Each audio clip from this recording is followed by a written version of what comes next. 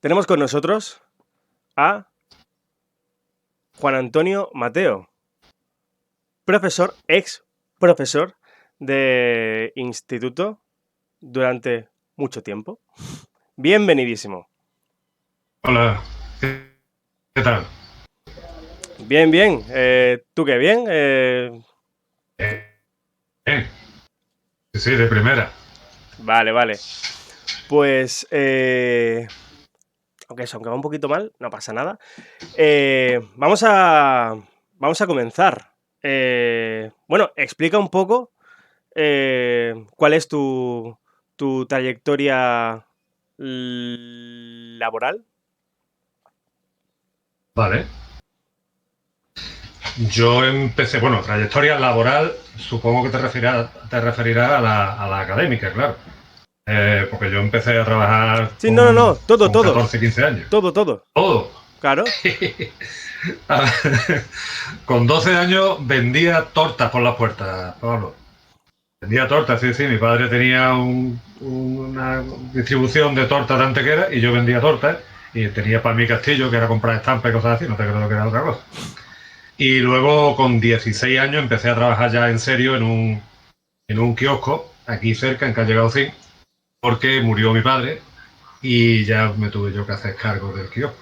Ujú. Seguí trabajando, seguí estudiando y con 25 años empecé a trabajar en el Ave María, en el Colegio de María. Ahí fue la primera vez que entré en un colegio como docente. Eh, a los 2 años de estar trabajando en la de María aprobé las oposiciones de filosofía. El primer año a Campanilla, al Instituto de Campanilla. Ahí conocí a la que hoy es la madre de mi hijo y mi señora. Y hasta el día de hoy.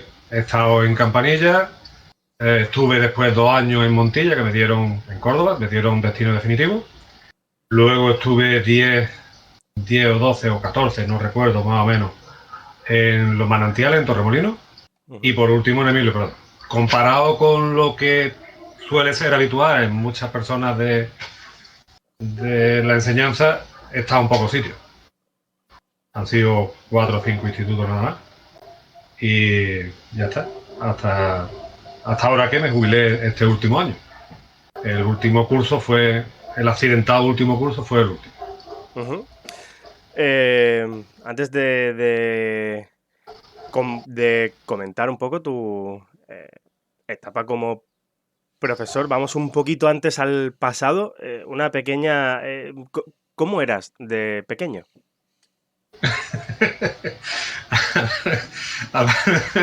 Yo de pequeño era un niño. Tú dirás, claro, es obvio. Vale, vale, bueno, vamos a ver.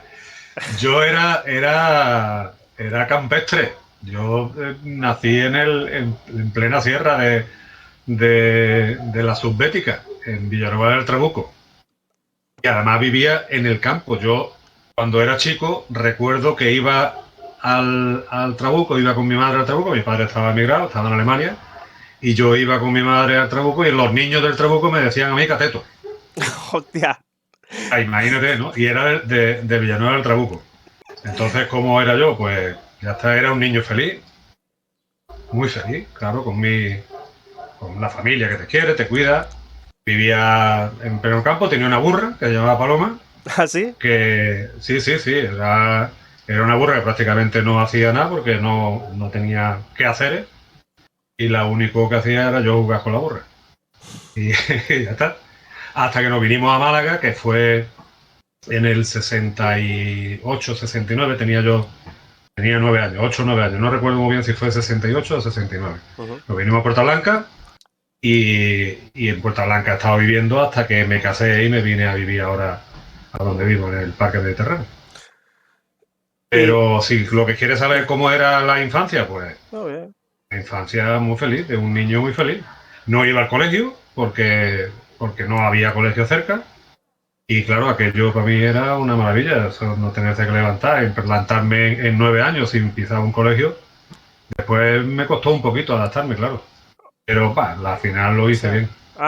o sea, te escolarizaron a los 9. Sí, sí, a los 9, a los 9. Bueno, Eso, a ver, cuando yo llegué al colegio sabía leer y escribir.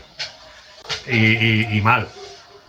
Pero lo mismo que yo, mucha gente, Pablo. claro, Ten en cuenta que la claro. escolarización en aquellos tiempos, para decirte, hacerte una idea, en Málaga hasta el año 70 y seguramente 78, 77, 78, en Málaga había dos institutos públicos. Era uno de niños y uno de niñas. Es verdad que ya en el año 75 aproximadamente se hicieron mixtos, al menos uno de ellos. Pero no había, y ahora no sé, ahora puede haber Mm, 25 o 30 institutos. claro. No, Entonces había muchísima gente sin escolarizar, gente de mi generación.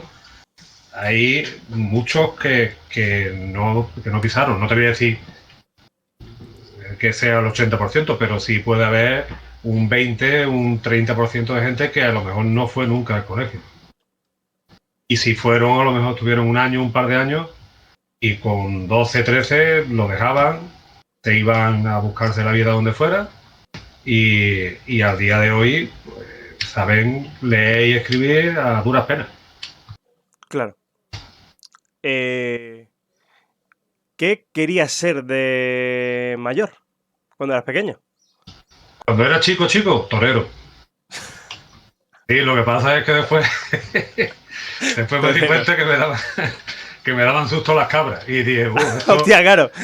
Si la cabra los te da cuernos no van susto. conmigo. No, no, claro. Pero sí, porque era el ambiente de la época. No sabía lo que era el fútbol, entonces eh, lo más parecido a ser célebre y eso, pues podía ser torero. Y, y luego ya de adolescente, la verdad que nunca me planteaba qué es lo que quería hacer. Mi padre me preguntó una vez si quería ser cura, le dije que no, claro. Y, y ya está, no, hasta los 16, 17 años, ahí sí ya empecé a pensar que dedicarme a la enseñanza era una buena idea. Y orienté la formación hacia eso. Claro. También, bueno, para que lo sepas, tienes aquí a casi 50 espectadores, ¿vale? Que están. ¿Vale? Dime, dime. He visto que hay algunos que a los que conozco Sí, sí. gustosamente, ¿no? Porque, claro, Sí, sí, aquí, bueno, que yo sepa quiénes pueden ser, pues aquí he visto esto antes a Victoria, por ejemplo, Victoria Rojas, mm, está Paloma Carrillo, también está por aquí y también. otros nombres que yo no, o sea, por el usuario no los identifico. Claro, claro. Pero bueno, em, ¿cómo es tu primer día de trabajo ya como docente? A ver, ahí es que cuando yo fui a trabajar, empecé a trabajar en el Ave María, era una figura en la que yo no daba clase. Aquello existía una figura en las escuelas profesionales que era la figura del educador. Anteriormente se había llamado, le llamaban jefe de disciplina. De hecho, la palabra educador solamente aparecía en el contrato. A mí todo el mundo me conocía por ser jefe de disciplina. ¿Y qué hacía? Pues era una función muy variopinta, desde llevar, por ejemplo, la falta de asistencia del alumnado, niños, que casi siempre, porque el Ave María era un colegio de formación profesional, y excepto una rama que era el administrativo, donde sí había niñas, y delineación, donde había también niñas, el resto era automoción, que es donde más había, y electricidad. Entonces, casi todos eran el 90% o el 80% de los estudiantes eran niños. Y como su propio nombre indica, lo de jefe de disciplina, pues se trataba de que expulsaban a uno de clase o mandaban conmigo. Entonces, lo que ahora es un aula de convivencia, ahí no existía. Ahí lo que existía era un banco en un pasillo y ya está, se sentaba allí y esperaba que terminara la clase. Luego, si la trastada era muy grande, se tenía que quedar castigado por el tiempo que fuera, también por la tarde conmigo, Bueno, controlar la falta de asistencia de la gente, llamar a la familia para decirle que su hijo no había ido al colegio. Una especie de chivato. Ese fue el primer trabajo que yo hacía dentro de un colegio. Una función muy extraña, muy rara. Ahora eso ya no existe. Porque, entre otras cosas, la palabra jefe de disciplina suena a cuartel. Pero parece que Sí, sí. estuviéramos en un cuartel de la Legión, ¿no? El primer día que entré a una clase a dar clases de filosofía, pues tenía muy preparada la clase, porque no quería que me pillaran en ningún resuello. Fue en Campanilla, claro, porque fue el primer instituto en el que debuté. Y supongo que era, pues no sé si sería COU, que en aquellos tiempos era el equivalente a lo que hoy es segundo de bachillerato, o tercero de BUP, que sería el equivalente a lo que ahora es primero de bachillerato, o alguna de las de ética de primero o de segundo de BUP. Porque todavía no se había implantado la LOCSE. En los institutos había de 14 a 16, pero eran de primero, segundo, tercero de BUICO. Eran 4 años. Y ahora, bueno, ya. No, admiento. Al ser de primero, segundo, tercero de BU, primero de BU equivaldría a lo que ahora es tercero de la ESO. Entonces imagínate un instituto donde haya tercero, cuarto, primero y segundo de bachillerato. Así eran los institutos antes de la implantación de la LOCSE, que fue alrededor del año 90 y algo. 92, 93. Entonces los primeros años eran BU y COU. COU segundo de bachillerato y BU. El tercero de BU era lo que ahora es primero de bachillerato, básicamente. Preguntan aquí por el chat que si puedes contar alguna de esas trastadas que hacían cuando eras jefe de disciplina, en plan, alguna que se te venga a la mente que... A ver, yo he pensado muchas veces después, cuando ahora se habla mucho del comportamiento, mal comportamiento de los niños disruptivos en los colegios, en los institutos. No, los tiempos anteriores no eran mejores. Yo he sorprendido a un sujeto meando en una clase, pero meando no una meadita de un segundo, no, echando en una esquina una señora mea como para quedarse en la gloria. Vamos, de hecho se quedó en la gloria. Y el tío tan pancho, vaya, que no es que eso ahora supongo que si alguien lo hace en un instituto, acarrea expulsión, bueno, ahí también se tomó alguna medida que sería pues hablar con el padre y llegar a un acuerdo de que por lo pronto limpiar aquello, que lo tuvo que limpiar.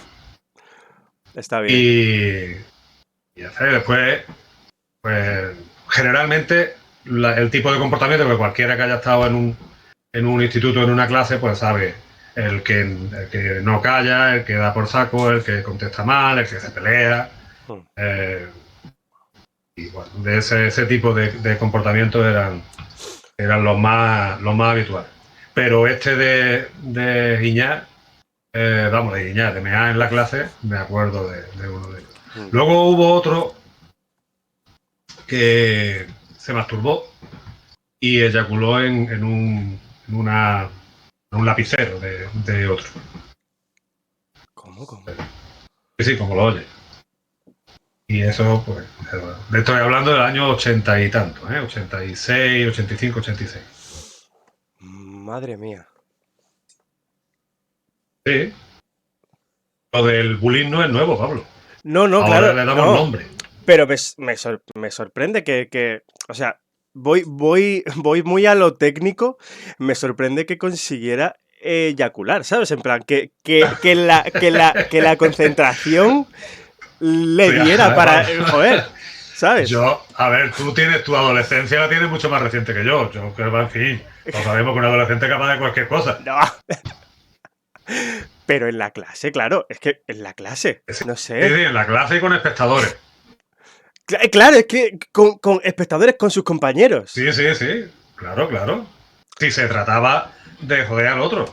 Entonces, ¿cómo? Pues haciendo eso y para que todos los demás, cuando el otro abriera el lapicero, pues vieran lo que había allí, se rieran y eso es acoso, acoso. Sí, sí, sí. Acoso bestia. Claro, claro.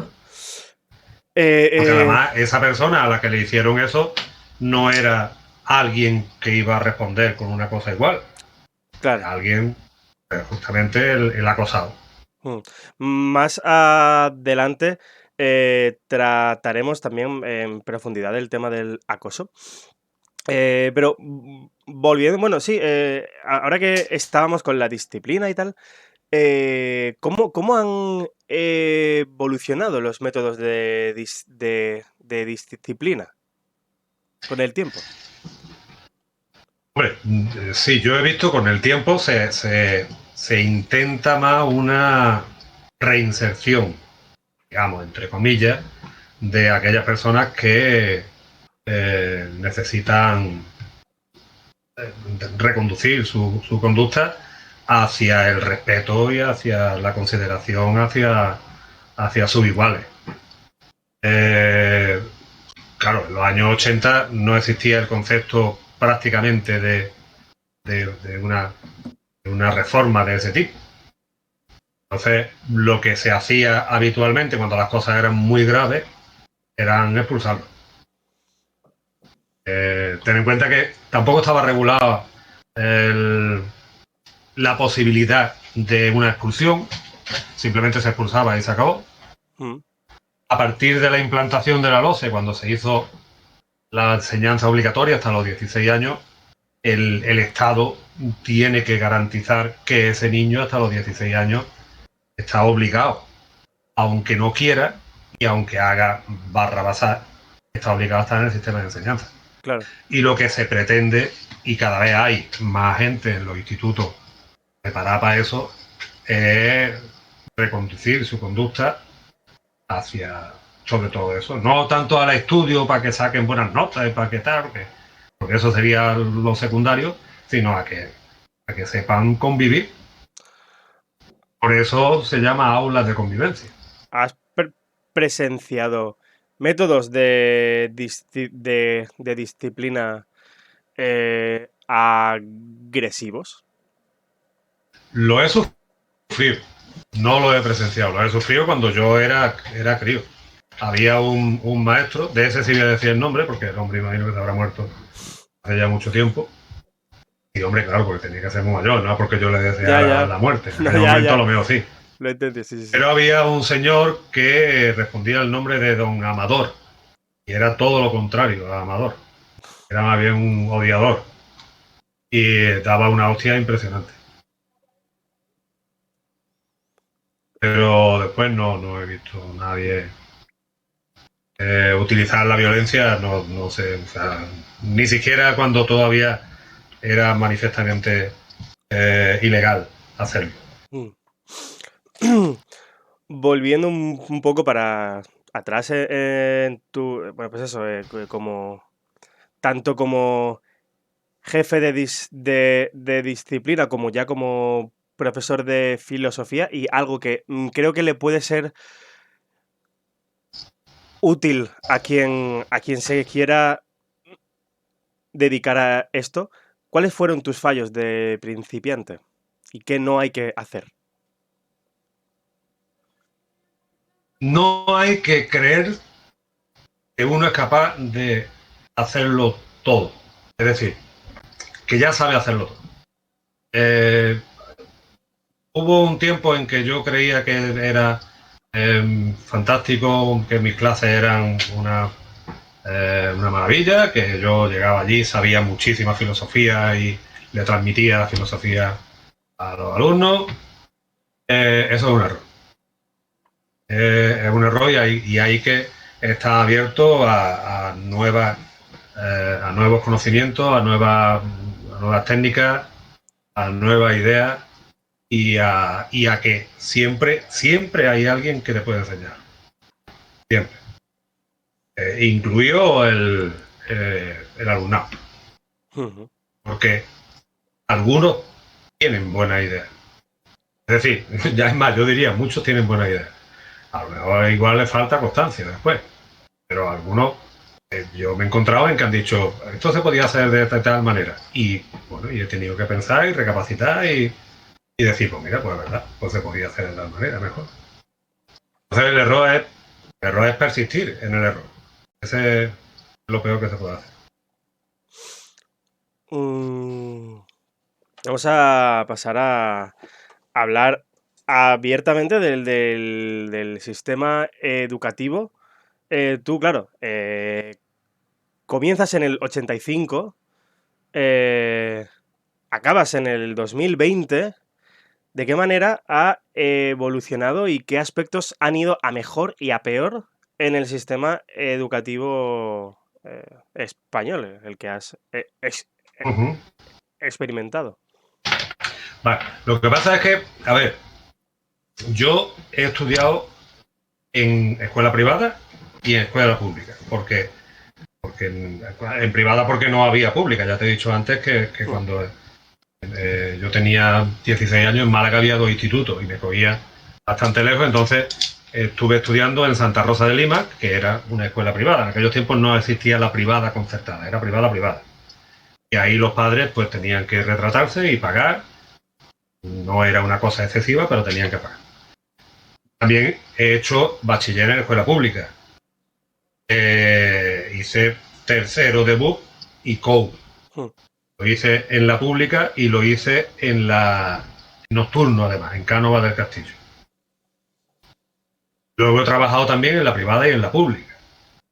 A la hora de ver cuál es la evolución, yo de la privada no puedo decir. No sé porque ya hace mucho tiempo. Entonces, claro. lo único es lo que me cuentan, lo que me dicen, lo que algunos alumnos que han estado en la privada y han ido a la pública cuentan de la privada. Pero no me puedo decir cuál ha sido la evolución. Supongo que habrá sido una evolución a mejor. Por supuesto, hablando de medios técnicos y todo eso, ha evolucionado como ha evolucionado la sociedad en su conjunto. Ujú, Con respecto a la didáctica, yo creo que ha evolucionado también. Las clases magistrales que se daban siempre, una clase magistral es lo que yo he hecho algunas veces, Pablo, de llegar a la clase y guiarme a hablar y estar una hora hablando. Eso es lo que llaman una clase magistral. Con lo cual, tú sabrás por experiencia que al cuarto de hora estaban dormidos en la mitad. sí, sí. Algo que seguramente alguno que nos estarán escuchando lo recordará. Y habrá echado alguna buena siesta. El... Entonces, yo creo que en eso ha cambiado. Porque ahora las clases son mucho más activas. Y a los niños y a las niñas se les hace hacer cosas, más que dirigirlos a decirle cómo tienen que hacerlo después fuera del colegio. Que es lo que hacen las clases magistrales. Yo llego aquí, pongo el desarrollo del número E en la pizarra, tú lo copias, después te lo estudias y al día siguiente me lo traes. Eso es una clase magistral, eso no es... Eso afortunadamente está cambiando. Ujú, Todavía hay quienes incurren, y yo mismo hasta el último día he estado incurriendo en esos errores, pero creo que cada vez es menos, afortunadamente. Después hay muchos mitos. Hay quien piensa que es que los jóvenes antes eran más educados que ahora eso es una tontería que siempre se han dicho las generaciones, los mayores siempre decimos que los jóvenes no tienen vergüenza, que la poca vergüenza que tienen niños, que tal, que cual. La educación es la misma. Es la misma porque hay de todo. Ya te he contado 2 o 3 casos de esos que probablemente esos que te he contado habrán sido padres después y claro, no estarán orgullosos de decirle a sus hijos lo que ellos hacían. claro. Claro. Entonces, yo creo que ahí el alumnado al fin y al cabo pasa por las mismas etapas. Son adolescentes, sois jóvenes y después ya os hacéis adultos. Entre un adolescente de hace, creo yo, 20 años y un adolescente de hoy no hay gran diferencia. Quizá la única diferencia es que ahora vivimos en una sociedad más acelerada. Entonces, porque tenemos más prisa por hacer más cosas. Ya poca gente se dedica 1 hora de lectura al día en un libro, o 2 horas de lectura, no estoy hablando ya de 3, o leer un libro de un tirón. Lo que se busca en una lectura, por ejemplo, cada vez tienen más éxito los relatos cortos. algo que se pueda ver en cuestión de segundos. Sí, sí. Y si pasa de minutos ya empieza a aburrirse. Entonces, claro, hay 200.000 canales de televisión, 400.000 maneras de comunicarse como nosotros nos estamos comunicando ahora. Eso que no existía hace 20 años, pues hace que los críos estén más acelerados, pienso. Y la inmediatez de querer algo y decir yo lo quiero y esto y como lo quiero, eso es ya motivo suficiente para tenerlo. Hay niños que no conocen la palabra no y además te lo reconocen. Yo he llegado a preguntarle a alguno, a ti nunca te han dicho no. Ha quedado parado 2 o 3 segundos y al final me ha dicho, pues la verdad es que no. Nunca le han dicho no. ¿Quieres un móvil? Le compran el móvil. ¿Quieres dentro del móvil después tal aplicación de no sé qué historia? Lo tiene. La Play la tiene. El tal la tiene. Y entonces eso es lo único que diferencia a un adolescente de ahora de un adolescente de hace 30 años. Pero las ganas de, o el creer que el mundo está ahí, primero, en contra de él, el adolescente tiende a creer que todo el mundo está en su contra. Y después tiende a creer que el mundo está para que él lo devore. Y todos piensan y pasan, los niños cuando son niños creen que su padre lo sabe todo, cuando son adolescentes su padre no se entera de nada. Fíjate, y eso se pasa en cuestión de dos, Sí, sí. de 2 años, ¿no? Entonces no hay gran diferencia. Esto en respecto a la adolescencia y tal y el alumnado, pero desde el punto de vista del sistema educativo y de la enseñanza, ¿crees que ha ido eh, a mejor necesariamente o hay aspectos en los que tú crees que sea un hay paso cosas, atrás?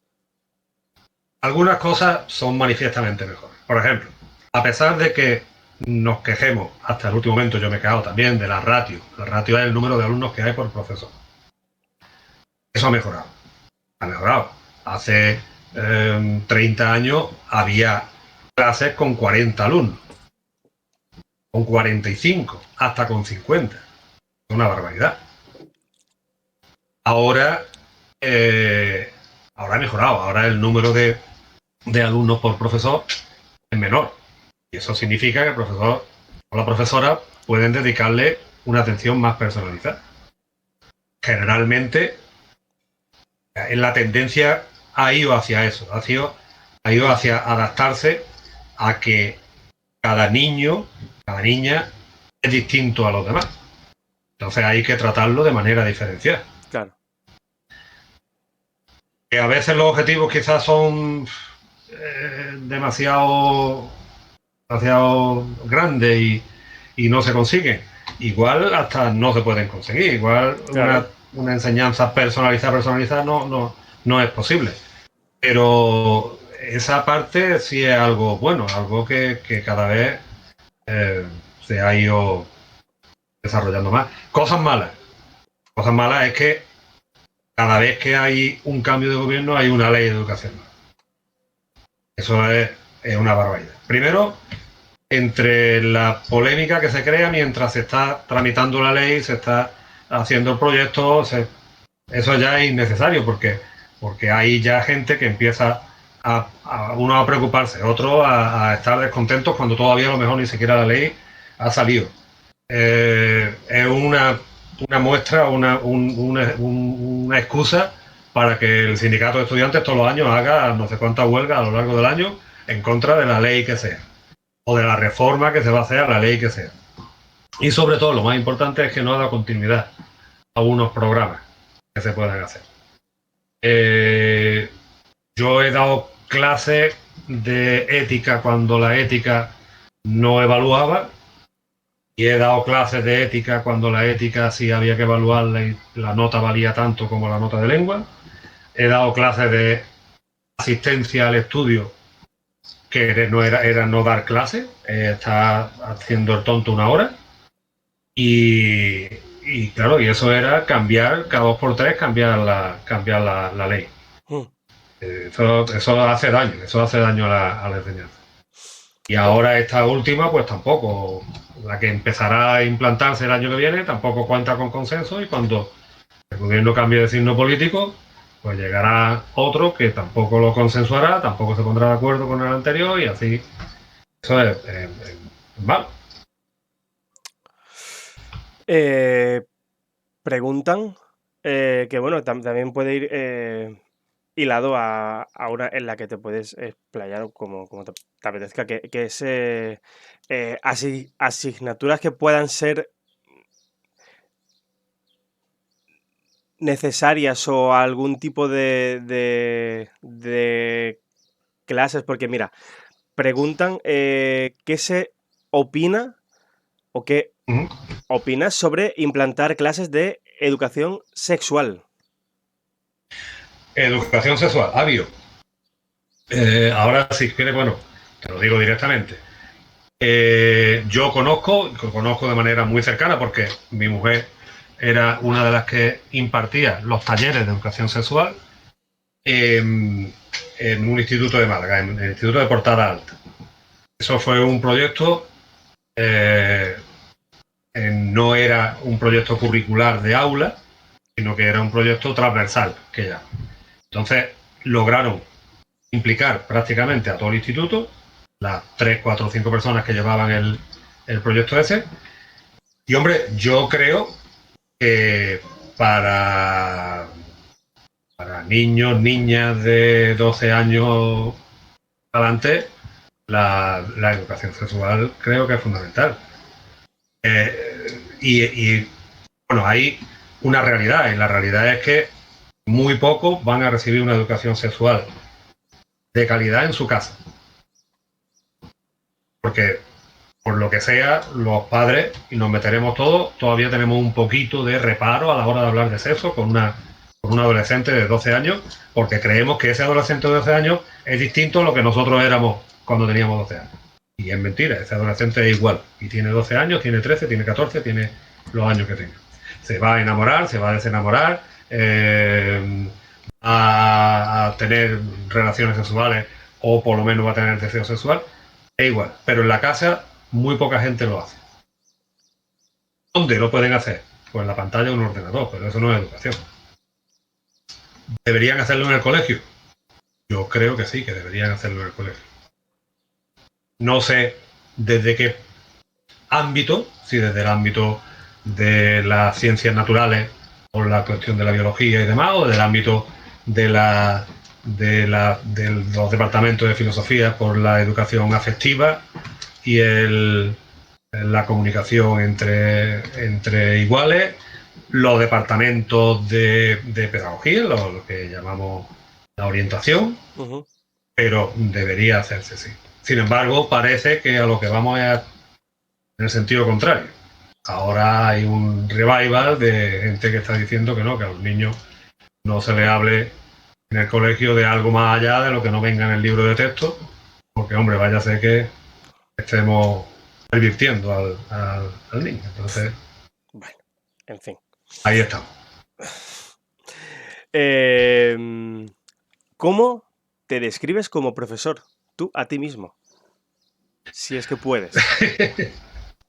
Yo, pues somnífero, según dice la gente, duermo la gente, pues ya está, soy un buen somnífero, leche. Una cosa que sí me salía muy bien, Pablo. Yo no sé si en tu clase llegué a hacerlo alguna vez. Algunas veces yo he hecho, cuando hemos tenido espacio suficiente y sitio y tiempo, he hecho relajación y la gente se me ha dormido, pero vamos, bien dormido, ¿eh? Técnica de relajación. Me No suena, hay una... me suena, ¿eh? Es posible que lo hiciéramos en alguna ocasión. Sí, sobre todo si dábamos clases abajo donde el aula de exámenes y eso, que a veces he hecho allí para hacer actividades, sobre todo en los bachilleratos y eso no tanto, pero en la secundaria, en las clases de ética o en las clases de ciudadanía, he hecho algunas actividades de esas y ha habido algunos momentos en que he dicho a la gente que se tumben al suelo y con técnicas de realización se han quedado dormidos. Bueno, pues mira, ¿No? esa es una manera de definirme. Claro, pero es que la siguiente era ¿qué imagen crees que tienen de ti tus alumnos? O sea, una era cómo piensas tú que Sí, eres tú y eso otra es soy cuál yo. es la que das. Ya, ya, ya. A ver, eso yo creo que eso lo puedes contestar tú, ¿no? Yo puedo no ya, pero una cosa es mi visión, otra es la de otro, pero ¿cuál es el feedback, lo que te ha ido llegando a lo largo de los Sí. años? A mí, por lo que me han dicho después, y sobre todo por lo que a veces le dicen a mi hijo, y ellos me lo cuentan a mí, yo no sé si me lo cuentan todo, porque siempre me cuentan cosas buenas, supongo que será porque no le van a decir cosas malas, no te vas a sentar con tu amigo y le vas a decir de tu padre un hijo puta. Entonces, eso no está bonito, ¿no? Y por lo que después ellos me cuentan a mí, que tampoco sé si me lo cuentan todo, yo creo que al principio doy incluso un poquito de miedo, me parece. Entonces, yo veo que los primeros días de clase hay gente muy recta así sentada con un poquito de acongojo. Porque sí es verdad que yo, sí, en todas mis relaciones personales, al principio soy serio. Y cuando ya empiezo a tener una relación más estrecha, no soy la alegría de la vuelta, pero tampoco soy el tipo serio y borde que al principio de las clases me parece a mí que alguno se hace a la idea. Después ya ven que, bueno, que eh, podemos compadrear, podemos hablar, podemos Mm, contar chistes malos claro. y que soy más cercano, me parece. Aquí ponen por los comentarios que sí. Efectivamente sí, sí que impone, sí, sí. Uh -huh. Te lo confirman. Mira, esta me parece muy interesante. ¿Te hubiera gustado tenerte a ti mismo como profesor cuando eras adolescente o joven? Es que yo estudié filosofía precisamente por un profesor de filosofía. Yo tenía claro vamos, claro, casi claro que quería dedicarme a la enseñanza. Pero hasta que en tercero de BUS no tuve filosofía y me dio clase eh, un señor que se llamaba Manolo Roldán, Ujú. profesor de filosofía en Cánova del Castillo. Entonces ahí me di cuenta de que quería ser yo profesor de filosofía. Supongo que sería porque era muy parecido a mí. Era un hombre que también al principio imponía un poquito y a veces resultaba incluso un poquito borde, pero después con el tiempo, primero, me hizo que me gustara la filosofía, que yo no sé si logro o no que a alguno, a lo mejor a alguno le gusta por mí y otros a lo mejor la detestan por mí, eso ya depende también de cada cual. Ujú. Pero este hombre me hizo que me gustara y después pues sus relaciones conmigo y con todos los alumnos, que además ten en cuenta que éramos nocturnos, porque estar nocturno también sabes Mm. que sí, personas mayores, más adultas, más formadas, más hechas, entonces teníamos unas relaciones muy cordiales. No eran prácticamente unas relaciones de profesor-alumno, sino de amigo. Sí. Mira, aquí, bueno, me lo preguntan antes también en Instagram me lo preguntaron. Porque, claro, no sé si conoces la serie Merlí. Yo vi un capítulo de Merlí hace muchísimos años. Es que esa serie me parece que la pusieron en abierto en su momento En Antena en 3 una cadena puede de ser, estas puede ser. eh, Telecinco o Antena 3 o alguna de esas. Y yo vi un capítulo, me resultó interesante y sobre todo me resultó útil. Porque yo decía, hombre, es una manera de acercar la filosofía a gente joven, a gente adolescente, de manera bastante atractiva. Ujú. Y después desapareció, esa serie desapareció. Desapareció. Seguramente no tendría audiencia y como pasa en las televisiones estas, pues si no hay audiencia, duran 2 capítulos y tal. Seguramente después ha reaparecido la misma serie, capítulos que ya estarían grabados, ha reaparecido en una televisión privada, pero como yo no tengo televisión privada, pues no sé cuál es y no he visto más. Sé de qué va, vi algún capítulo, me gustó, pero no más. Luego, a ver, también tengamos en cuenta una cosa, no deja de ser una serie de ficción. Y las vidas personales y paralelas que se producen dentro de la serie, pues son parte del entretenimiento. Eso no sucede en la realidad. Yo no tengo relaciones estrechas personales de amistad o de enemistad o de no sé, de ayuda a domicilio con alumnos míos, con alumnas mías. Entonces eso no existe. Claro. No existe. En mi caso no existe. Y poca gente que yo conozca entra o tiene ese tipo de relaciones porque no es necesario. Como información, tuvo hasta, no sé si fueron 4 temporadas o así, y fue o sea, fue un éxito, y de hecho hicieron un spin-off, ahora está en Movistar, que, bueno, o sea que sí que tuvo bastante éxito. ¿No? Sí, sí, sí, aunque a mi parecer estaba muy enfocado en el público adolescente, a mi parecer. Entonces, Ya. pues eso. Em, a ver, que no hay mucho tiempo y hay preguntas. Mateo, ¿de qué manera te has llegado a involucrar personalmente con un asunto de un alumno? Nada. A ver, nada al menos que esa persona sepa. Eh, yo no he ido después, he procurado, por ejemplo, he sabido de gente que tenía que aprobar en junio, porque si no, después no iba a ir a la universidad. Y seguramente su vida iba a ser totalmente distinta a lo que después pudo ser o podría haber sido, que ya, por cierto, he perdido el contacto. Pero yo he procurado y he hablado con compañeros, incluso a lo mejor he presionado a compañeros diciendo, no, mira, tampoco que más da, que sepa un poquito más de química, un poquito menos de química, que esto, que el muchacho este no va a estudiar, ni va a estudiar química más en su vida, o quien dice química dice historia, o dice lengua, o dice... Y he sacado, pues que eso, que esa persona de pronto llegue y dice, coño, pues resulta que he aprobado.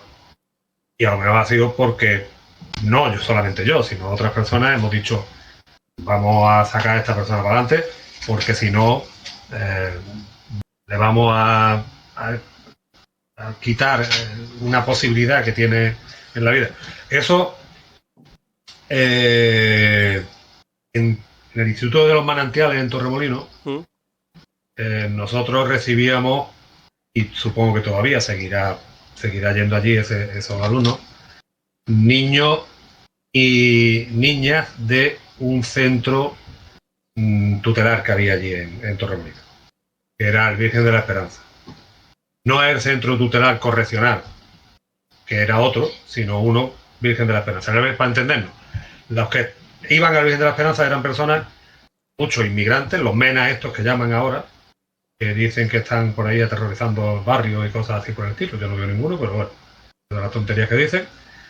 Menores no acompañados que llegaban en patera y a los 4 o 5 días pues les daban, los escolarizaban y los llevaban al instituto. Y había otros que no eran inmigrantes, eran españoles, pero por algún motivo la familia no se hacían cargo de ellos. Y entonces estaban tutelados por la Junta de Andalucía. Esos niños y esas niñas tenían muchas necesidades. Tenían necesidades afectivas, tenían necesidades, económicas no, porque la Junta le daba alojamiento, le daba comida, incluso les daba un dinerillo para sus gastos, siempre y cuando cumplieran con ciertas normas que establecía el centro. Y te has quedado quieto, Pablo. Ah, ahora ya. Uy, ya Ya está. está. Vale. Vale. No. Sí, bien, bien. Y entonces, con esos niños sí hacíamos cosas. Yo sí me implicaba, eh, intentaba que tuvieran la oportunidad que otros no tenían. Al contrario, que otros, que otros tenían. Que Claro. otros vivían con sus padres, sus madres, y por qué esos críos no iban a tener esa oportunidad. Y, pero ahí llegaba. Y si hacía algo por ello, después no iba a decirle, mira, esto lo tienes tú porque yo lo he hecho. Lo hacía y ya está. Lo sé yo y lo saben algunos compañeros míos, pero los niños no lo saben. Mm, has, eh, o sea, ¿cómo se puede mantener la objetividad? ¿Se puede? Imposible. La objetividad es imposible. A ver, la objetividad es imposible porque eso es, es clase de historia de la filosofía. Yo a ti te tengo aquí en la libretilla en primero, dos primeros, pero no te he tenido en segundo. Entonces, yo no te he podido dar clase de Ortega. Ortega Gasset decía, y yo estoy de acuerdo con él, que solamente un ojo privilegiado podría verlo todo. Y él decía, bueno, si alguien quiere llamar a ese ojo privilegiado o a ese punto de vista privilegiado que lo ve todo, le quiere llamar Dios, que le llame como le dé la gana. Pero cualquier otro sujeto conocente, desde una máquina hasta un ser humano, tendrá siempre una perspectiva, solamente una. Yo ahora mismo estoy mirando al bloque que tengo enfrente, pero yo no estoy viendo lo que tengo detrás de mí. No puedo verlo, eso es imposible. Ahora bien, aunque la objetividad, desde mi punto de vista, es imposible, lo que sí es posible es la sinceridad. Yo sé que no puedo verlo todo, pero si tú me preguntas qué es lo que yo estoy viendo, yo sí puedo ser sincero y decirte, Pablo, estoy viendo esto y esto. Y la sinceridad sí es posible en todo. La objetividad no. Y quien dice la objetividad en cuanto a la vista, en cuanto a lo que estamos viendo, la objetividad en cuanto a lo que creemos, a lo que sentimos, a lo que somos. Ujú. Cada uno es hijo de su padre y de su madre. Y tiene sus circunstancias, tiene su familia y todas, no hay dos familias iguales. Eh, yo tengo los valores que tengo porque soy resultado de una vivencia y de una circunstancia que la mayor parte de las veces no la he controlado yo. Y entonces yo tengo pues esas creencias. Si alguien me pregunta cuáles son mis creencias, yo sí puedo ser sincero y decir, estas son mis creencias. Ahora, lo que no puedo decir, estas son mis creencias y son las creencias objetivas. Claro. No, no son las creencias objetivas. Vale. Y si alguien me dice que esas son las creencias verdaderas, yo le diré, bueno, pues tu verdad te la guardas. Esta pregunta, la que te voy a hacer, viene directamente desde tu casa. Y es que preguntaban a alguien cómo fue tener a tu hijo en el instituto. Pues la verdad es que yo creí que iba a ser distinto a lo que fue. Y lo que fue, a mí no me influyó en nada. Yo hice mi trabajo como si no hubieran estado. Hubo un momento que estaban los dos en el instituto. Estaba Aurora y estaba Antonio. Y yo actuaba como si ellos no estuvieran. Yo no sé si ellos actuaban como si yo estuviera o no. No lo sé. Me imagino que no. A lo mejor algo que harían si yo no estuviera o no hubiera estado, o a lo mejor no lo hicieron. Y viceversa. Pero yo actué igual. Y luego yo he tenido, le he dado clase a hijos de compañeros y mi conducta hacia ellos ha sido igual que si no hubieran estado los padres allí. Es más, ha habido algunos casos en los cuales me he enterado, un año me enteré de que alguien era hijo de una compañera el último día de clase. Fíjate el, lo que la compañera decía que de su hijo y lo que el hijo propio decía de su madre. Es decir, estaban en mundo, aunque estaban en el mismo instituto, pues, como si fueran, allí eran alumnos y madres. O sea, alumno y profesora, no eran hijo y madre. Y el último día de clase me enteré, porque vi los apellidos y digo, uy, ¿qué apellido? Este apellido segundo es como el tuyo, como eres un apellido muy frecuente, y dice, sí, claro, es mi hijo. Digo, Hostia. pero bueno, nada, pero nada, en absoluto, era un crío muy bueno, sacó muy buenas notas y tenía muy buen, entonces nunca hice ningún comentario, bueno, casi nunca hago yo ningún comentario despectivo con respecto a nadie, y menos con respecto a un alumno y menos a cualquiera que no sea alguien muy, muy, muy, muy cercano. Claro. Eh, aquí mi libretita. Sí, esta me parece interesante. ¿Alguna vez has actuado de una manera que consideres errónea y tienes esa espina clavada? Sí, sí, sí. Una vez suspendí, bueno, yo no digo que yo suspenda, sino que suspendió conmigo un crío que tendría yo que haber hecho que aprobar. Y, y sí, después he procurado que no volviera a pasar, pero el muchacho se llevó una irritación y podía haber aprobado, la verdad. Podía yo haber hecho que aprobara, no haberlo aprobado por la cara, pero sí haber avisado un tiempo para que hiciera algo y poder haber aprobado. Y bueno, después no creo que eso le haya cambiado mucho su vida, ni siquiera creo que se acuerde, pero yo sí me acuerdo. Ujú. Supongo que no quieres ni contar el por qué. Porque No, no, este no, está no. más. Vale, vale. No, pero bueno, no es una cosa, No, claro, era claro. simplemente Ya está, ya que está. llegó un momento en que tenía que haberme entregado ciertas cosas. Yo sabía que si después supe que si yo lo hubiera apretado, lo hubiera hecho. Sí, sí. Y sin embargo siguió ahí, pensando que no era imprescindible. Y yo tenía que haberle hecho creer 2 o 3 días antes, o 4 o una semana, que era imprescindible y que si no, no había Claro, tutía. Pero no lo hice, llegó el momento, no lo había entregado, pues tuve que suspender. ya está. Eh, Tocando el tema del acoso, ¿cuál es la perspectiva y de qué manera realmente se actúa o no se actúa por parte del profesorado? Esa es mi gran frustración, Pablo, de los 35 años de enseñanza.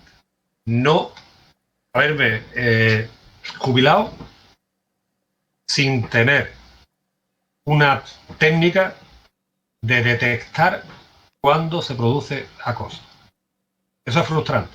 Cuando tú te enteras que un niño o una niña lo está pasando rematadamente mal, van a por él, van a por ella, le están haciendo la vida imposible, y tú dices, eso ha pasado delante de mis narices y yo no me he dado cuenta, eso es frustrante. Frustrante.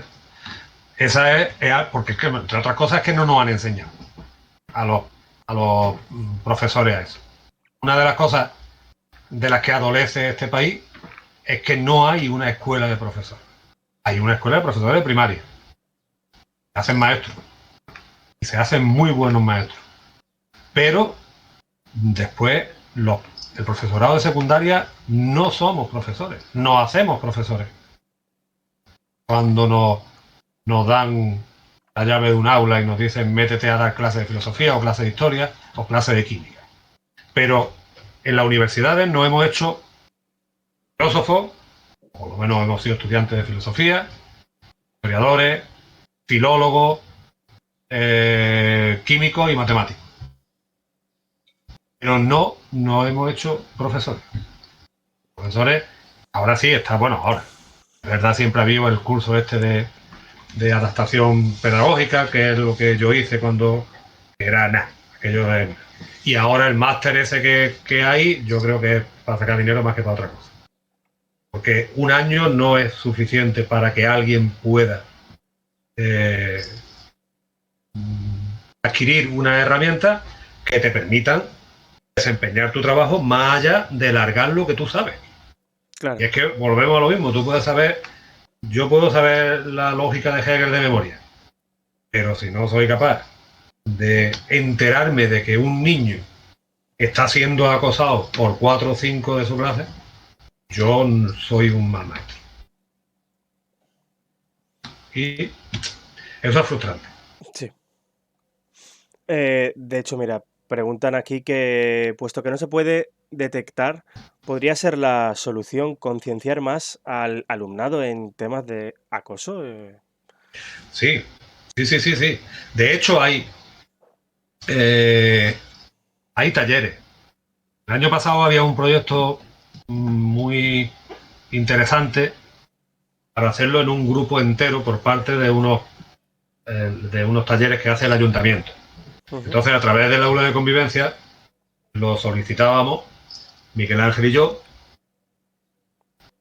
y este no nos lo concedieron. Pero era un proyecto muy interesante porque era coger a un grupo de primero de la ESO y durante, no sé si eran 10 12 horas a lo largo del curso, al grupo entero darle una formación. Yo no sé cómo se hace, porque esos son pedagogos y son las personas que presentaban el proyecto los que lo hubieran hecho. No lo concedieron, supongo que no lo concedieron porque no podrían, a lo mejor, lo concedieran a otro instituto o donde fuera, eso ya no lo sé. Y de todas maneras, como después ya llegó el confinamiento, tampoco se podía haber hecho. Pero sí, lo que para el tema del acoso hay que trabajar con la clase media. Y es a la mayor parte, el 80% de una clase son personas que no sobresalen. Son la masa. No lo digo en un sentido peyorativo. Y cuando digo clase media, no lo digo en el sentido económico de la palabra. Clase media prácticamente, al menos en este instituto, es casi todo, ¿no? Lo digo en el sentido de personas que ni sobresalen porque sean a los estudiantes, ni sobresalen porque son buenos estudiantes. Cuando son más pequeños, pues no sobresalen ni por tener una conducta exquisita, ni por tener una conducta disruptiva. Con eso es con los que hay que trabajar, porque esos son los que pueden no seguir el juego a los acosadores. Trabajar directamente con los acosadores se debe hacer. Hay que hacerles ver que eso no se puede hacer. Pero a veces es premiarle al acosador el hecho de que se esté pendiente de él o pendiente de ella. Y cogerlo y hablarle y decirle, hay que ver esto que le estás haciendo a tu compañero, a tu compañera, esto no se hace, te vamos a expulsar, te vamos a no sé cuánto. Eso a veces le importa un rábano. Porque a lo mejor es lo que quieren. Ellos pueden, pueden sentirse eh, con la necesidad de que alguien hable con ellos. Y aunque sea para que le echen la bronca, necesitan que alguien hable con ellos. claro. Y que lo lleven a la aula de convivencia y bueno, pues fulano de tal después sale hecho un héroe porque le ha pegado a otro. O porque ha acosado a otro, porque le ha hecho una barrabasada a otro. Eso desde mi punto de vista sirve de poco, porque al único al que le va a hacer caso a esa persona no es al adulto, es al que es igual que él. Que no, ese que es igual que él no tiene que decirle, oye Pablo, tú no le hagas esto a fulano. No basta con que no le ría la gracia de cuando le hacen eso a fulano. Con eso es suficiente. Con que no le ría la gracia. Si alguien insulta a otro y el que tiene al lado se ríe, entonces vuelve a insultar. Ha reforzado su conducta. Pero si alguien insulta a otro y el que tiene al lado hace como que no hubiera oído nada, la probabilidad de que vuelva a insultar baja casi a cero. Porque se ha dado cuenta de que no ha servido para nada. Pero que ha hecho, la han ignorado. Y con quien hay que trabajar es con esa clase media, con ese 70-80% de un aula. Hombre, con los otros también, por supuesto. Con el acosado hay que trabajar para que lo comunique de alguna manera. Sin llegar a ser un héroe, claro. Porque entonces es peor. Lo que tienen es miedo. Entonces muchas veces se callan porque están cagados y porque esperan que el último euro que le han quitado en el recreo sea el último y que no al día siguiente otro y que otro. Entonces dan el último pensando que va a ser el último. Pero igual que a una mujer maltratada. También espera que la última paliza que le hayan dado sea la última y lamentablemente pues no es la última. Se conoce muchísimo, bueno, está muy en boca el acoso escolar, pero no se habla, o yo no, al menos no he escuchado mucho sobre acoso entre profesorado. ¿Existe y de qué manera existe? A ver, yo ahí también distinguiría entre enseñanza, entre escuela privada y escuela pública. Eso es acoso laboral. Yo no lo he presenciado. Y si lo he, a lo mejor lo he tenido delante y no me he dado cuenta. Pero yo creo que en la escuela pública es muy difícil el acoso laboral. Porque ¿quién puede hacer el acoso? El acoso generalmente lo hace alguien que está en una posición de dominio con respecto a otro. Entre adultos, ¿eh? No estamos hablando entre adolescentes. Ujú. Entre adultos, un jefe puede acosar a una empleada. O una jefa puede acosar a un empleado y hacerle la vida imposible. Pero eso en la escuela pública no es posible, porque el jefe, ¿quién puede ser el jefe? El director. El director es director un año y al año siguiente es un compañero tuyo. Porque de hecho ha salido entre los compañeros. El director o la directora puede que tenga, bueno, pues más genio, menos genio, puede que sea más leguleyo o menos, y puede que sea más borde o menos borde. Pero no es alguien con la capacidad como para acosar a otra persona. Como para hacerle la vida imposible, como para que esa persona diga, uy, yo no quiero ir a mi trabajo, me es un mundo. Levantarme y ir a mi trabajo porque allí está fulano de tal, o mengano, o sutana, o mengana, que me van a fastidiar. Y te digo que eso es imposible porque el director y la directora no tienen ese poder. Gracias a Dios. Ahora, yo tampoco sé lo que pasa en las escuelas privadas. Últimamente me contaba un amigo que trabaja en una que lo estaba pasando mal. Estaba pasando mal, le habían reducido horario, le habían puesto un horario bestial, tenía unas veces clases a las 8 de la mañana y otras veces a las 8 de la tarde, y durante el día, pues a lo mejor 6 u 8 horas que no tenía nada, y todo era pues, con la intención de que se vaya de ese puesto de trabajo. Y eso lo puede hacer el titular del colegio, claro. Porque ahí sí tiene poder para hacer eso. Ujú. Pero en la pública no creo que pase. Vale, De todas maneras, dime. volvemos otra vez a la perspectiva, ¿eh? También he visto a personas que se han quejado de que le han acosado compañeros. Pero yo estoy pensando ahora mismo en una persona que creo que es que esa persona no estaba bien, porque además de las personas que me decía que le acosaban, no me lo creo. Y hay personas que a lo mejor tienen determinada manía o creen que pasa algo detrás de ellos que no está pasando. Comentan aquí que aunque no tenga ese poder a nivel laboral, puede haber un acoso de manera personal.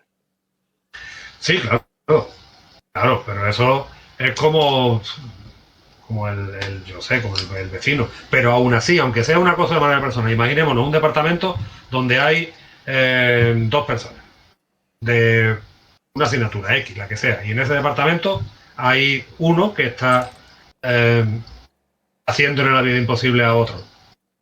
Puede ser, puede ser. No te digo que no. Pero yo creo que eso es poco frecuente. Porque ese otro siempre puede tener, por ejemplo, la oportunidad de cambiar de centro. O sencillamente denunciarlo. No es el caso del niño. El niño tiene miedo.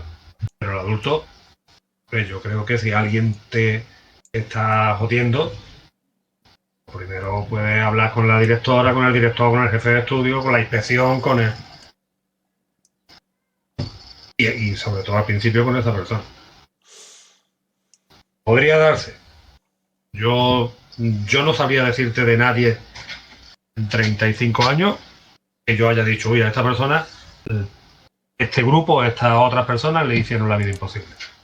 Pues ya se ponen relaciones personales en que se hayan peleado, se hayan insultado, haya... Bueno, eso es normal.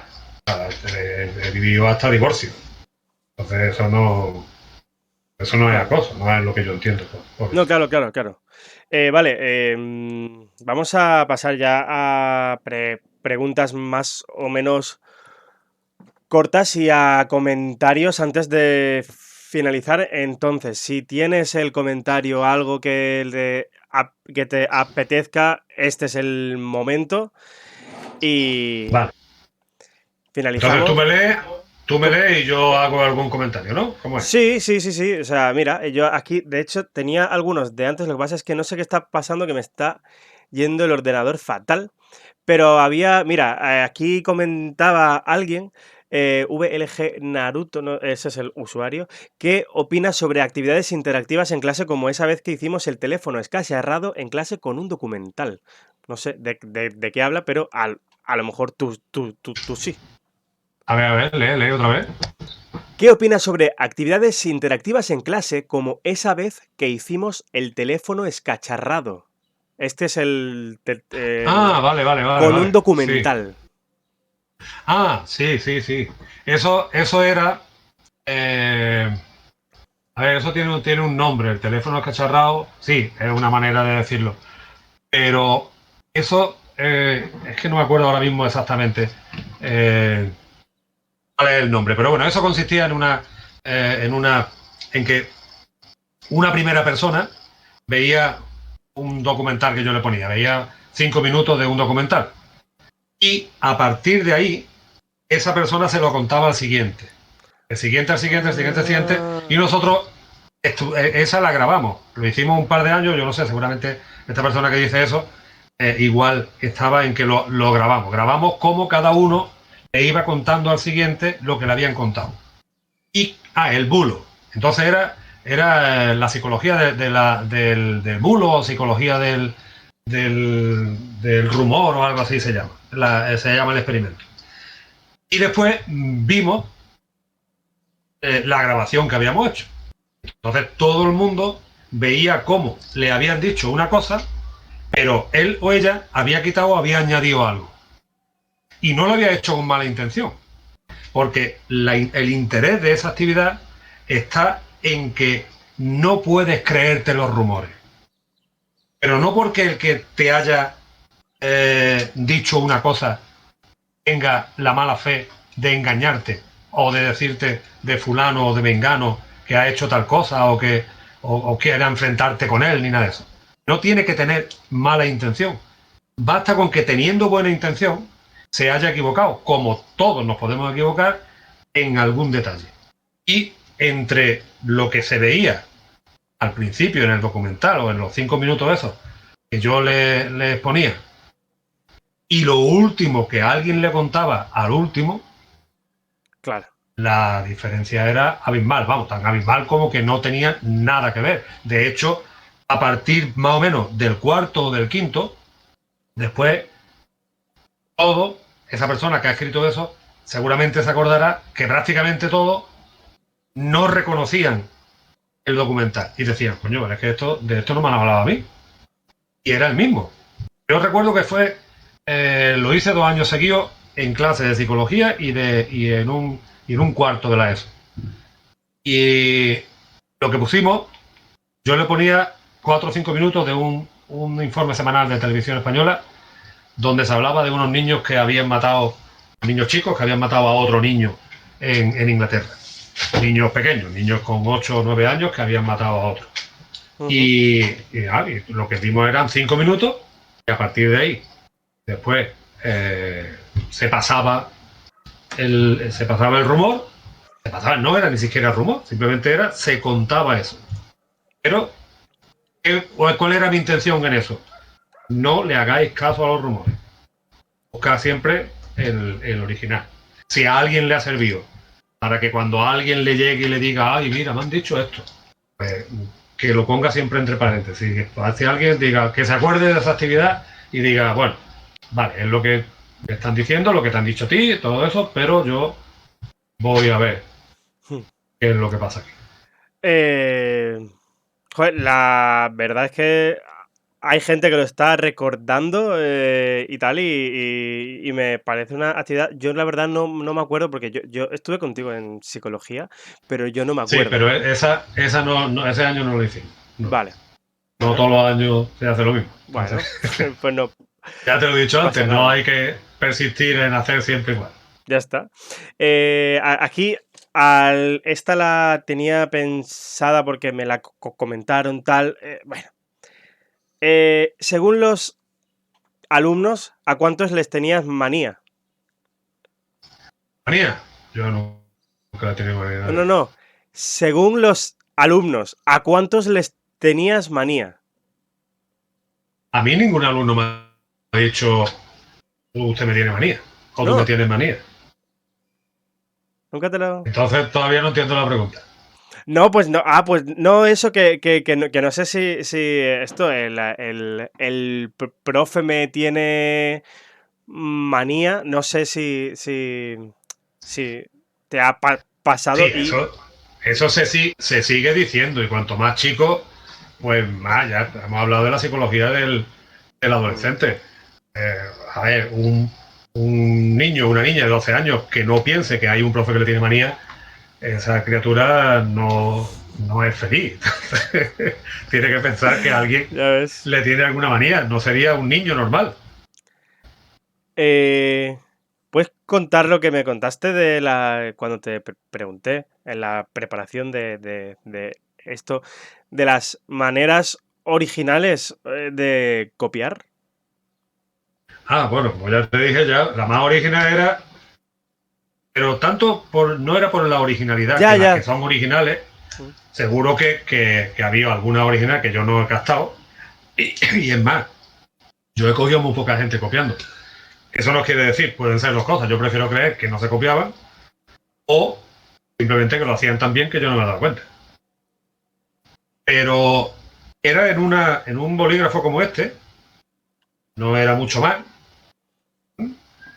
de tipe, y había puesto la letra más pequeña que yo he visto en mi vida, tan pequeña que tuve que coger una lupa para mirarlo, había puesto prácticamente el contexto histórico-filosófico de la crítica de la razón pura de Kant, cuando se leía un texto de la crítica de la razón pura, que era una pregunta de selectividad que valía 2 puntos o 2 puntos y pico. No fue de selectividad, era un examen que era tipo selectividad. Y allí lo tenía escrito. Entonces, cuando yo iba paseando, pasaba cerca de este muchacho, yo veía que se ponía a mirar hacia el frente como intentando recordar. Cuando me iba, empezaba a escribir. Cuando volvía, dejaba de escribir y yo decía, joder, este le llega la inspiración cuando yo me alejo. Y entonces es cuando vi que aquello no era blanco totalmente. Y estaba, digo, de luego es admirable la vista que tiene.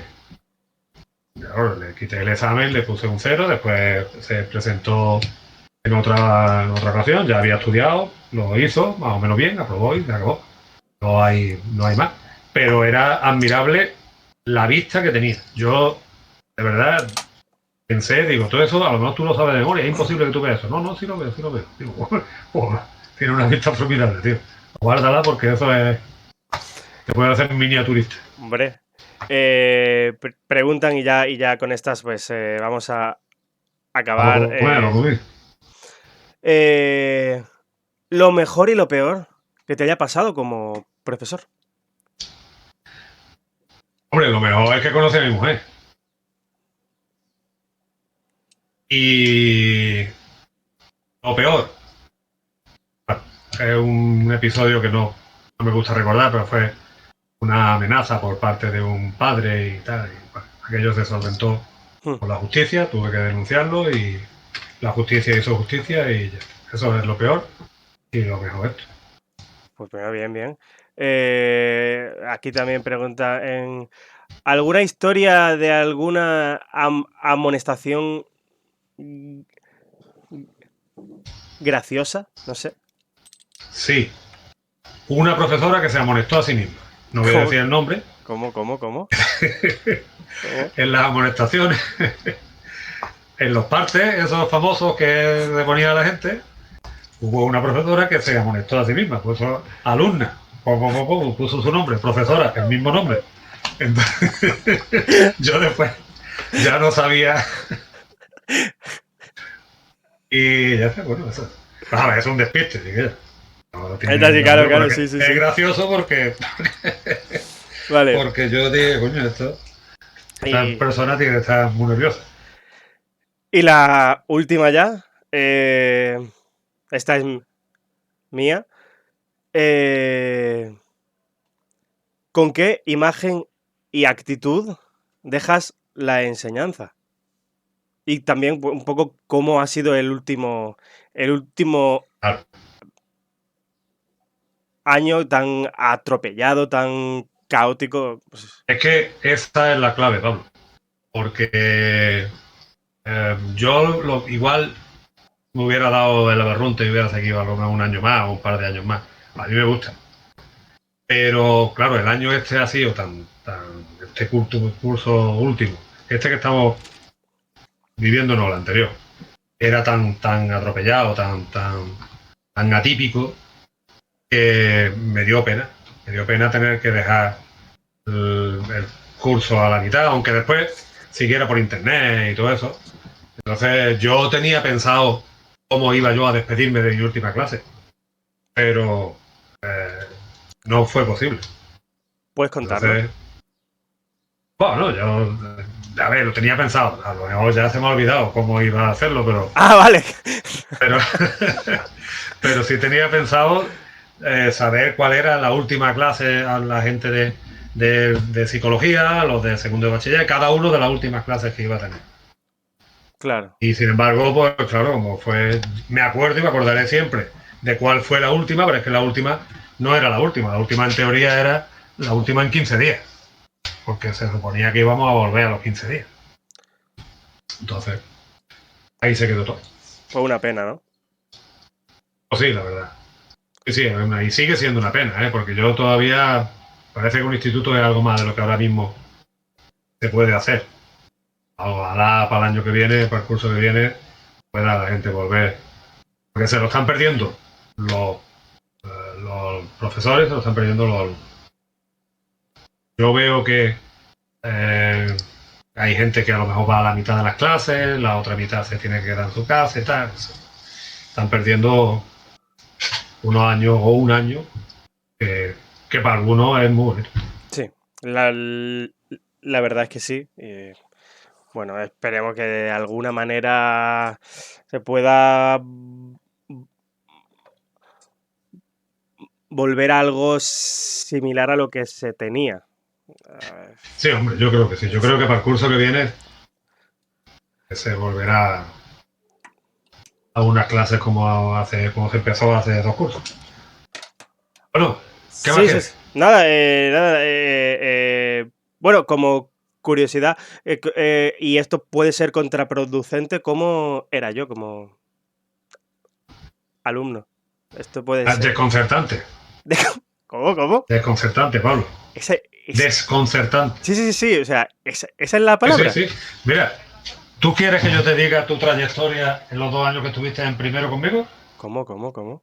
A ver, también te digo, no, Yo te espérate, la- cuidado. No vayas a enseñar eso, en plan, vaya que se vean mis datos. Cuidado. No, El que se ve eso no son. ahí. El que se ve ahí, ¿eso Esa qué es, es? chiquillo, esta es la libreta donde yo apunto las notas y todas esas cosas Ay, Dios mío. cuando de tuya, lo mismo que tuya de todo el mundo. Y, No te pongas colorado, coño, que va a Dime, estar en la dime qué hay ahí pantalla. puesto. No, no voy a Dime qué hay decir. ahí puesto. Dime, no, dime, claro, dime qué hay ¿Digo, ahí de puesto. verdad? Claro. Sí, sí, sí, ¿Sí? sí. Sí, sí, sí. Espérate, Mira, te digo suspenso y todo eso. Sí, sí, sí, a mí me. Claro, claro. Sí. Ya que estamos, Vale. hombre. El curso 2013-14. Vale. Pablo Lea, tal, el primer examen sacaste un 0,4. Vale. No, no te rías. El primer examen de la primera evaluación. En el segundo mejoraste bastante. Mejoraste, digo, lo quintuplicaste. Un 2. Evaluación, un 2. ¿Sabes cuántas te quedaron en la primera evaluación? Ese 7. año. 7. 7, claro, Ese año. 2013, Sí, sí, no, 2014. pero Buah. Esto en fue en primero. bachillerato. Sí, claro, sí, sí. 7. En la segunda, ¿lo digo? Dilo, dilo. 7. En la última, 6. Ah, bueno. Pero al año siguiente mejoraste. Ah, sí. Sí, así. El siguiente, en el 14-15, estaba repitiendo primero, Sí. y en la primera evaluación sacaste un 7 en filosofía. Entonces, por eso te digo, desconcertante. Yo ya sabía el primer año que tú es que no dabas un palo al agua. Pero en el segundo me lo demostraste, en la primera evaluación. Demostraste que si querías, podías. De hecho, sacaste un 4,25, es decir, sobre 8, que te algún examen aprobado, y en lógica, que es donde uno muestra su capacidad de razonamiento, sacaste un 7,5 sobre 8. Tenía un 7 en la evaluación. Te quedaron 4 asignaturas en esa primera evaluación. Pero en la segunda volviste a lo tuyo. Y en la segunda te quedaron otra vez 7. Y en la tercera persististe en lo tuyo, aunque aprobaste filosofía, tenía un 5 final. En junio te quedaron 6. Sí, sí, sí, sí. Fue un poco Pero que yo caótico. no creo que eso es que te quedaran, Pablo, eso es que tú las dejabas. Un poquito baguete, sí. Excepto en matemáticas. En matemáticas es que no me daba. Yo Claro, por eso. tampoco lo intentaba yo espectacularmente, pero no me daba. En matemáticas ya no. Sin embargo, yo no estoy de acuerdo, porque en lógica, que es muy parecido, el único examen que se hizo al cabo del año de lógica, sacaste un 7 Sobre 8. sobre 8. Claro, es un sobresaliente. Bueno, a la gente le ha encantado esto último de exponerme a mí, como... Pero bueno, no, no, ha estado bien, ha estado bien. Ya Ya me pillarás. hablaremos, sí, sí. A ver aquí qué es lo que pasa. Bueno, Vale. pues, Bueno, dime, sí, dime, que, perdón. que la próxima vez que quieras hablar en serio de educación, habla con la madre de Antonio Mateo. Ella sí que sabe. Hmm, me lo apunto. Que bueno, para quien no lo sepa, bueno, es tu mujer, ¿vale? O sea, Efectivamente. bueno, pues ha sido un placer que al final hayas estado hora y media conmigo. Te lo agradezco un montonazo. Yo no Muy bien. pensé que ibas a acceder, pero mira bien. Y todos están encantadísimos. Somos 50 espectadores, ¿vale? Vale. Bueno, Escuchándote y comentándote que escucharte que es un placer, ¿eh? Y no se duermen, o muchas gracias. parece ser. Bueno, pero ahora, si se duermen, no, no se ve. No, Ahora claro. no me frustro. Vale, que gracias a ti y a todos los que yo conozca, aunque no sepa que están ahí, un abrazo y un beso. Y a los que no me conozcan o no me hayan conocido hasta hoy, pues encantado de haberle hablado, aunque sea a través de esto. Pues hasta aquí Hemos llegado. hemos llegado y te despedimos y ya puedes irte a comer o a lo que quieras. ¿Vale? Muchas gracias. A ti. Venga, Pablo. Venga. Hasta luego. Hasta luego. Chao. Adiós.